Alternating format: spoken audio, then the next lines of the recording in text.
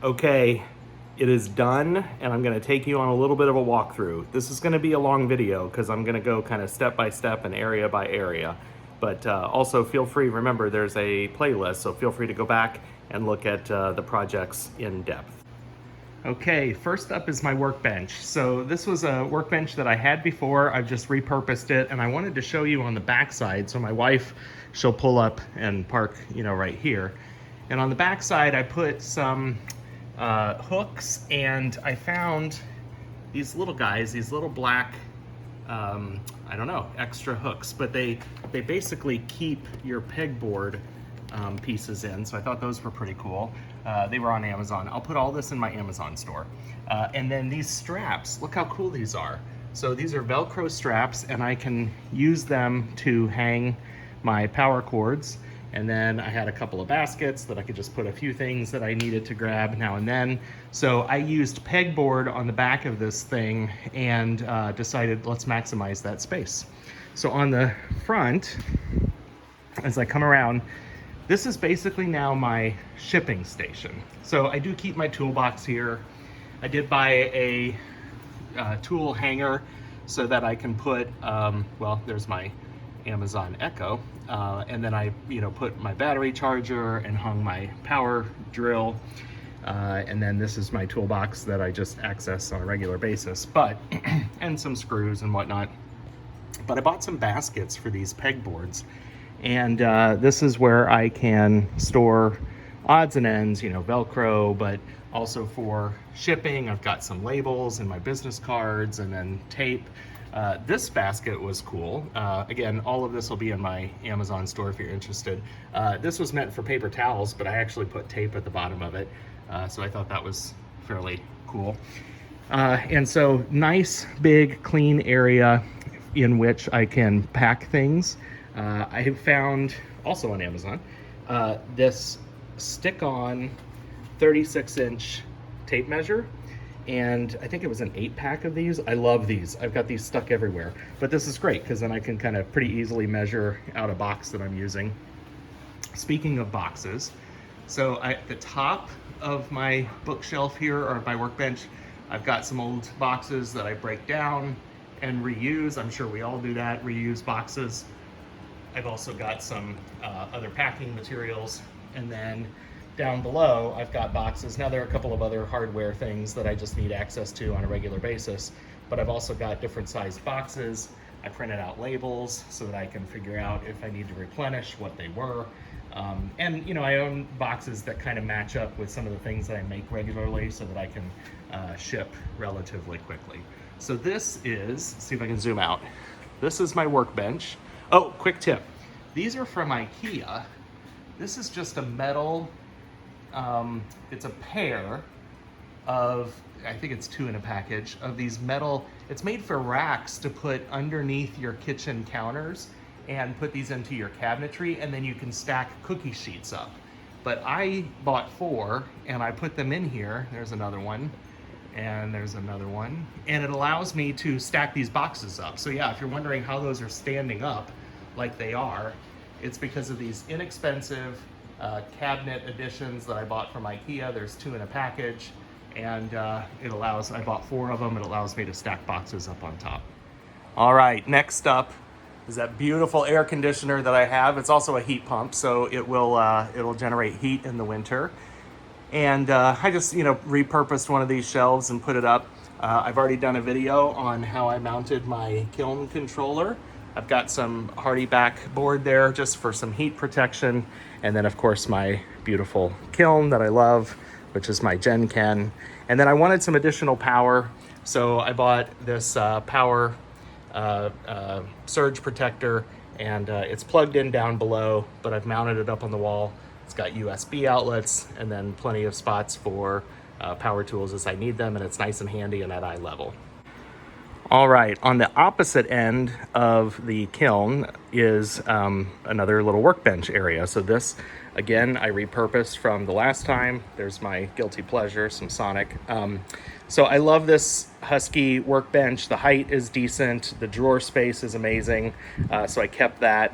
And I have now another little cutting slash assembly slash work area. And then this is one of the metal racks that I had before. I had two and I got rid of the other one, which just, you know, random things that I need, lots of glass, pretty glass items, just that I have at the handy. Some reference books, my receipt wallet, running a business, I got to keep my receipts and keep track of all that stuff. So just random odds and ends, but things that I wanted relatively close by. I also mounted a fan up here, and that fan aims directly down into my work area and at the kiln to kind of keep air circulating. I've got, of course, a important safety measure. I've got my fire extinguisher, and then you might recognize this as a gooseneck phone holder so that I can film my videos. A couple of things to note here about the workbench area. I bought at Harbor Freight, I bought some magnetic tool holders. There were two of them, and so I hung those here. Just keeps like the things that I use really often very handy. I love having this power strip that I mounted right above my workbench. You know, always need power out here, particularly if I'm filming videos. The fan, which was up above, is plugged in here to a smart outlet, so I can have my Echo turn that off with just a voice command. I repurposed one of these shelves here. There's my granddaddy, my grandpa's old wind spinner. I've got it right underneath the fan, so it spins all the time. And so I just repurposed another one of those white shelves that was formerly holding up my workbench. Nothing special here, although I do love, this is the Rigid brand. That's what I use for my power tools. The Rigid brand vacuum. That's been a nice little addition, nice little shop vac. So let's talk a little bit about lighting. I've got one LED strip up above that's hanging on this metal rack, and I just used ties, zip ties, to kind of hang that up there. It's meant as under cabinet lighting, but I needed some light above my workbench. I also put a piece right there. Those were from IKEA. Okay, here's the frit storage tower that I built. It's perfect. It just fits right in, tucks right in next to the workbench. It's on wheels, I can pull it out. I used Grandpa's old handles from an old cabinet I had to get rid of. So I hated that I got rid of the cabinet that Grandpa made, but it just wasn't working for me. But I did keep the old aluminum handles, and I put them on each side so that I can pull my frit tower out very easily. You'll remember in the video when I made that, I had a pegboard here that fits perfectly, so I've got a couple of extra tools and such hanging on this pegboard. I just, you know, it's not stuff that I use every day, but wanted to have handy. I was at a garage sale and bought this little basket. Fits perfectly on here. Got my cleaning supplies, my sprays. It's even got some hooks underneath that I can hang a rag if I want to. And so that's going to be super handy. And next to my frit tower is my scrap tower, two towers. So these were the scrap bins. I did these in another video. These are holding up well. I mean, this one is full of Tecta, full. It's probably 20 pounds. And it's not sagging, it's hanging well on those rulers. If you want to understand what this is all about, you can go back to that prior video.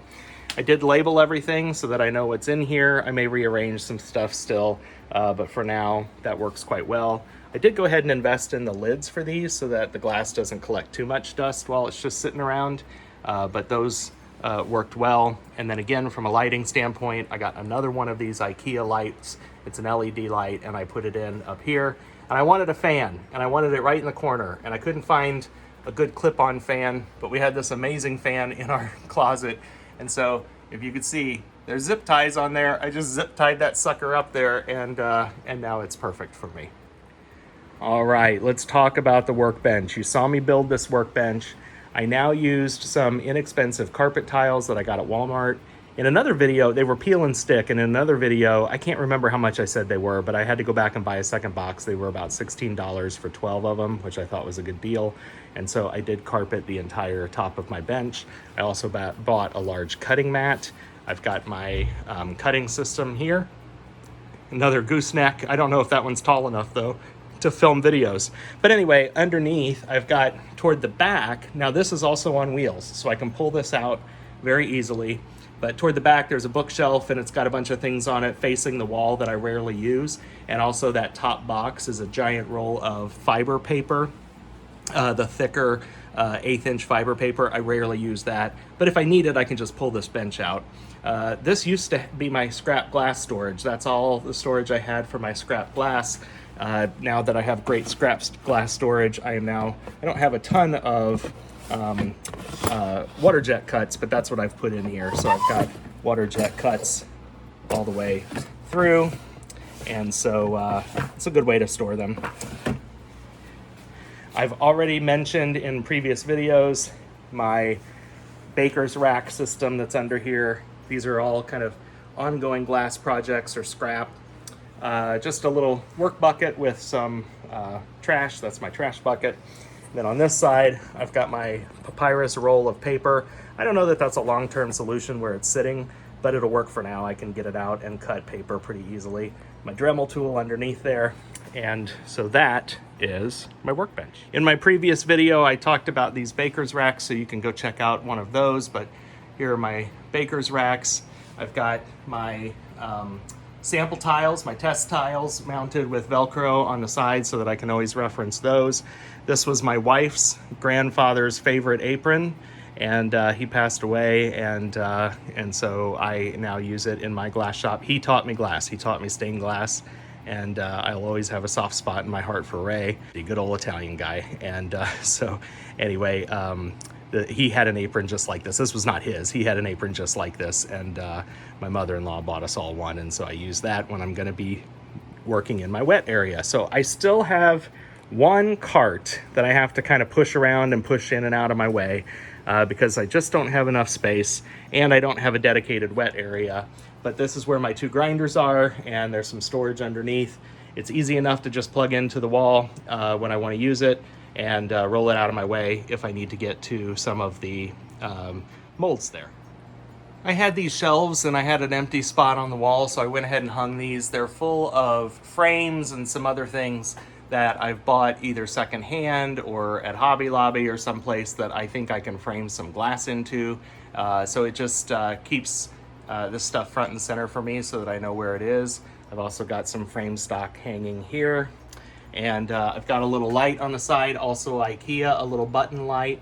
And so there are 6 lights total, including the 2 rope lights, and all 6 plug into the very same transformer and have super long cords. So they're all on the same transformer, and these LED lights are really, really pretty nice. So just a little spotlight that shines up on my frames there. And then my sheet glass area. So I do have one of these IKEA holders that's mounted to the side where I keep my stringers. And then I've already showcased my sheet glass storage area. I'm just so thrilled with this. It took a long time getting here. You can watch that previous video. There was some drama.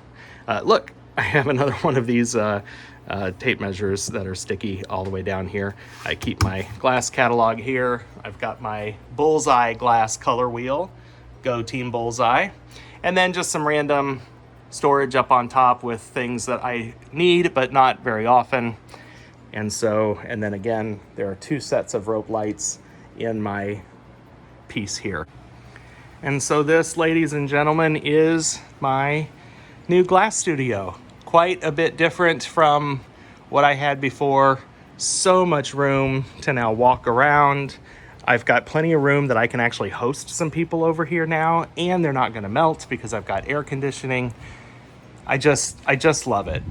This was painful and it took way longer than it should have, but I finally got it done and I couldn't be more happy. So thank you very much for following along. I will get back to making glass now and sharing projects with you. So go ahead and subscribe to the channel. Drop me a note. Let me know what you think about this. Did you get any ideas from it? In the video notes, I'll post my Amazon store link so that you can pick up some things if you'd like through Amazon. And thanks everybody for your support. Catch you later. Bye-bye.